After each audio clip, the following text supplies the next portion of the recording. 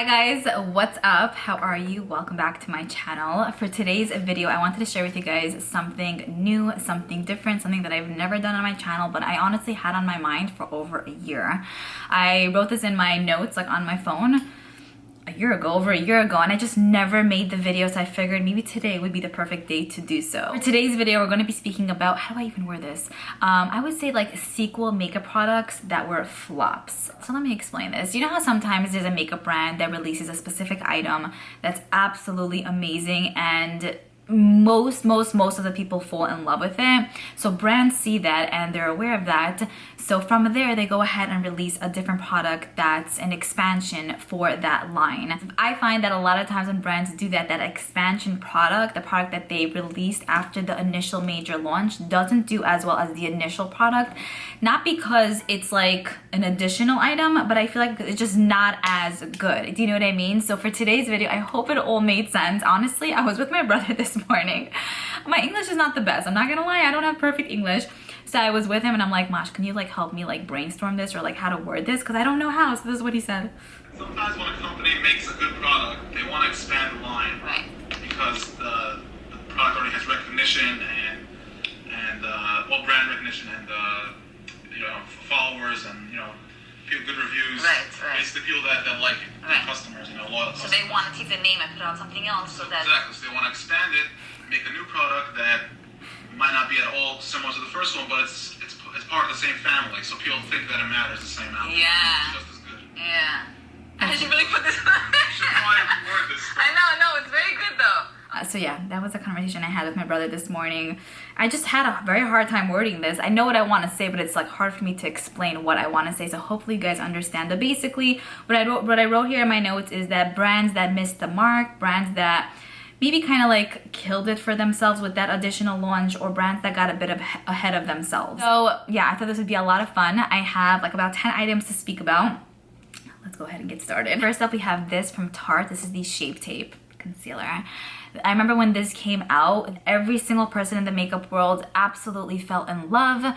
Honestly, me too. I feel like I wasn't in love right away, but as I kept using it, I'm like, it's actually a pretty good concealer. I know that there are so many people in my personal life who aren't really into makeup, but Shape Tape is their holy grail. Like my sister-in-law recently gave her a Shape Tape because I had one that I wasn't really using. It was too dark for me, whatever. She's like, hey, like this is amazing. I'm like, I know. Everyone pretty much is absolutely in love. So I think they did amazing with that launch, and honestly, it was an iconic launch, right? I feel like after that, they saw that it did so well, so they went ahead and released the Shape Tape Foundation, and that was such a major flop. I think that the main issue was that they really weren't inclusive. Like, they really had a ton of lighter, like, foundation shades, and there were, like, maybe 3 or 4 deeper foundation shades, which, personally, I think, obviously, with this day and age, and with all the equipment we have to make certain products, there really shouldn't be an excuse for that. Like, if there's 4 light shades, it should be 4 deeper shades. 2, let there be 2. It should be an even amount. It shouldn't be like, 67 light foundation shades and 4 deeper shades. I feel like that doesn't even make any sense. How are you gonna release that like that, So I feel like they really, honestly, they killed it for themselves, when I really feel like it could have been an amazing launch. Now, Tarte recently did their build your own kit. So I did purchase the Shape Tape Foundation after years of not trying it out. And I only used it like, I think once or twice so far. It's okay. Whoa. I got the hydrating one. I think they also have a matte version, but I think it's okay. It's not a foundation that's like, I need to write home about really. It's more of like, I see where you're coming from, but the concealer really like, just it made it. So yes, that right there is my first example of a product that was amazing, and then the expansion was kind of a major, not kind of, it was a flop. It was just a flop. This right here is also like a very good example. I wanted to speak about the ABH Modern Renaissance palette. This is also a palette that was very revolutionary at its time. It came out, I want to say, about 4-ish years ago. I remember I jumped on it ASAP. I did like the tones in there, but I felt like I always looked so weird with how they looked on my eyes. I don't know, there was never a look I came up with that palette that I was obsessed with. So as much as I liked how it looked, like in the pan, like in the packaging, in the palette, it did not look cutesy on my eyes personally. I ended up decluttering it. I feel like I don't even have to explain myself, but you guys know that palette literally was sold out right away. Anytime there was any restocks, like gone. Now we'll see that palette on clearance. Not a lot of people are speaking about it. I mean, I feel like because it was the first one at that time, it was really like, it made a major buzz, but now so many other brands are releasing other things, so it's not like that big of a deal anymore, I should say. But yeah, it was a massive deal for a very long time. I feel like ABH saw that and they were like, okay, great, let's go ahead and release like an expansion to that. So they did, and they released Subculture. Goodness gracious. That palette sucked. In my opinion, I thought that palette was so bad. When I did a first impression, I was like, what's wrong with this? I'm like, I'm not a professional with makeup, but either I suck or this palette sucks, you know? And as I kept playing around with it, I was just like, yeah, sometimes it's the palette. It's not always you. Sometimes it's the palette. And a lot of other people started reviewing the palette, and they also had like a really bad experience with it. Almost immediately, I feel like it went on clearance, and I mean, these days we still see it at TJ Maxx. Barely anyone speaks about it. I know there were a handful of people that actually did enjoy it. Personally, I didn't. I loved the color story. I thought it was unique and so different. That's why I was like, yes. But then when I saw how it performed, I was like, no.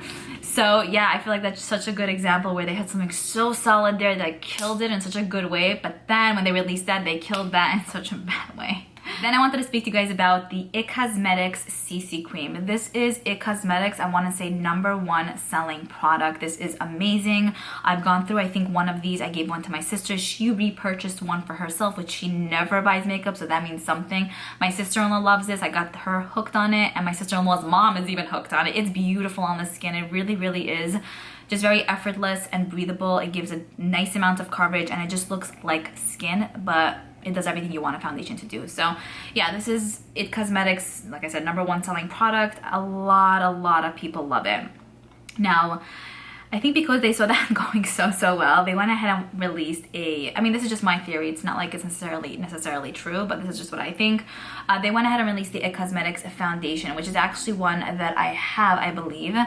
And it's interesting because I remember when they were releasing that, it came out and it was like a big deal because it's like, okay, wow, like how different is this going to be from the CC cream? Is it going to be as amazing? I want to say that they received so much negativity on that foundation that it was released and then they literally pulled it off shelves. So like I have it, and then I wore it one time in a video and I wanted to like link it, and I was like, hey, like it's not here, but it just came out like barely recently, you know?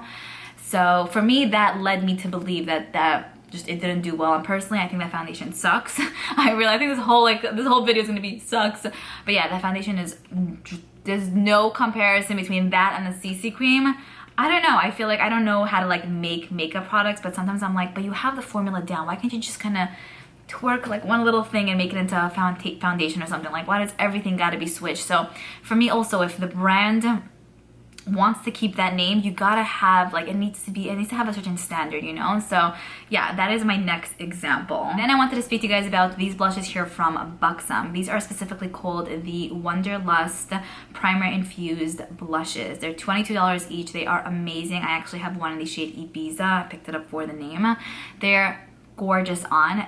First of all, they have probably the longest staying power ever. Like, they really are legit blushes. There are 6 shades to choose like from the line. Now also with this, I feel like Buxom did amazingly with this launch. Everyone was speaking about these blushes. I feel like not so much these days, but they're still a very like popular product, I would say. And now I feel like because these did and do so well, Buxom recently released the primer infused bronzers. Now those came out, I want to say, at least 2-3 months ago. I haven't heard a soul speak about them, I don't think. And yeah, they're not that big of a deal. Not as big of a deal as these blushes were. Now, I feel like Buxom really thought they're going to really like kill it with this one because yeah, we have the blushes and now like the bronzers will also be the it thing. But really, I don't see people talk about it, and I definitely see that as a product that will be going on sale. So I don't know, for me it's like sad sometimes because it's like, I'm sure they would want it to do well, obviously they would, but it's like, it's just interesting how sometimes products do well, but then if there's an expansion, it's like, we don't care. You know what I mean? Next we have this right here from NARS. NARS, I would say, is pretty much known for their Orgasm blush and their Laguna bronzer. Like, anytime I think of NARS, I'm like, okay, Laguna, Orgasm, you know what I'm saying? Now, I will say with NARS, I feel like they really overdo it, like to an extent where it's kind of like, we literally see most of their collections on sale, super sale, and or at TJ Maxx and at Marshall's. I feel like when a brand has something so good, they stick to it, which I get, because like, with anything in life, it's like you have something good, you want to try to expand on that, but sometimes like like you can overdo it too, you know what I'm saying? Like it's okay to expand, but not like whoa. But with NARS, I feel like they really like, they're just like literally releasing collections beyond collections beyond collections that always have Laguna and Orgasm, which again, I see where you're coming from, but it's like we want to see something else. So they recently released this, let me tell you one second, new Orgasm collection. I think that's what it's called. So they recently released this NARS Mini Orgasm eyeshadow palette, which pretty much has really pretty like peachy, pinky tone shades, kind of based off the actual blush. They also have this quad that's called Orgasm. And then it's not even just that. In addition to all of these, they always re-release Orgasm in a different like package, which again is fine. Sometimes I think it's pretty cool, different embossment. Yeah, everything is they make is gorgeous. But sometimes it's kind of like they release something and it's so pretty and it's like, hey, what's the shade name? And it's like Orgasm. But it's like, well, why is it always that? You know what I'm saying? So I feel like when a brand does that, it just, they lose the value of what that really is. I remember years ago, like it was so hard to get Orgasm blush. Like it was like literally like a whole ordeal. And now I feel like we see it at TJ Maxx, it's on sale. You know what I'm saying? So I just kind of feel like they just really overdo it, and in a way they're kind of losing their value of what they had that was always so strong. So I feel like it would be just really nice to see them maybe do something else, something different, something unique, and just keep it fine, somewhat similar, but just kind of like do something different a little bit. I don't know, maybe that's just my take on this, but I feel like at this point it's been years and they've been doing the same thing. The Ravens are out. Next, we have this right here from Too Faced. Now, Too Faced, I feel like falls under this category so well. So I could talk about the chocolate or peach line from them. I think we'll save chocolate for next time, but I'm gonna talk about the peach line from them. So they originally released their peach palette with this one also. Literally, I remember it was so hard to get this palette. It was sold out pretty much immediately, and it was just like, it was really like a job to get it. I remember that it also used to be everything. It was like the first peach palette ever. It's adorable. It is adorable. I love it. And I feel like now so many other brands are doing it, so it's not as maybe special, but they were the first ones who did it. Okay, so with Too Faced, I know their thing was peach and kind of still is peach, but I feel like in a way it's a little bit overdone, and I feel like we're kind of over it. Don't get me wrong, I think it's cutesy, it's adorable. If they'll come out with something peachy that's different, I'll be like, oh wow, yeah, I'll take this, you know? But I feel like in a way we kind of got the point, and I want to see what else they have to offer. Like, what else can you make cutesy and fun and innovative? And also, all of these products tend to always be on sale. And then they end up going to TJ Maxx and all of that, and yeah, I don't know. That's just my 2 cents on that, but yeah, okay. Next. Then we have these right here from Stila, and I think these are gonna be the last items I wanna speak about. We have basically the Stila Glitter and Glows. When these came out also, these were everything. They were like literally everything. I think that there really wasn't one person that was not obsessed with these. They just added such a major vibe to any look. You can do your full face of like makeup, your eyes, everything, and just dot these glitter and glow eyeshadows on top of your lids just to add that bam effect. You can use it on its own. Very innovative, very cool, very different, and they really hit it out of the park with these. Now, I feel like honestly since then, Stila really hasn't released something that was mind-blowingly like amazing, that like I feel like we're all running and lusting after. I feel like since they did so well with the glitter and glows, which we all loved, they kind of overdid it with them, because it's like, okay, you have something nice, and then what they released was, I'll tell you one second, I'm so not prepared. Honestly, it's not even available on Sephora's site anymore because they took it off. But after the glitter and glows, they released the shimmer and glows, which I don't have any problem with. I actually really love those. They don't have any like glitter or sparkle to them. They're more of like just a cream eyeshadow.